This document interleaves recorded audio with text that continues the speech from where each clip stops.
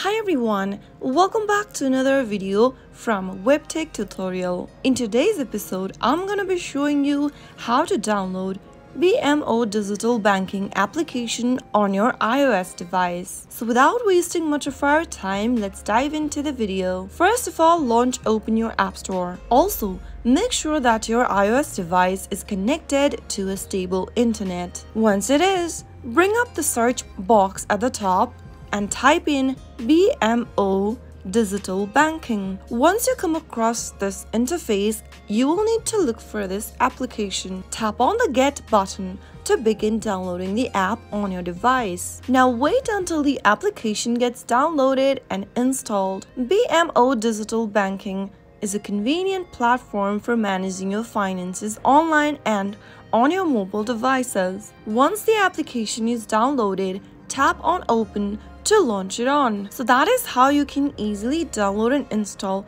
BMO Digital Banking application on your iPhone. If you found the video to be helpful, go ahead and give us a thumbs up. Don't forget to subscribe to the channel by hitting that subscribe button.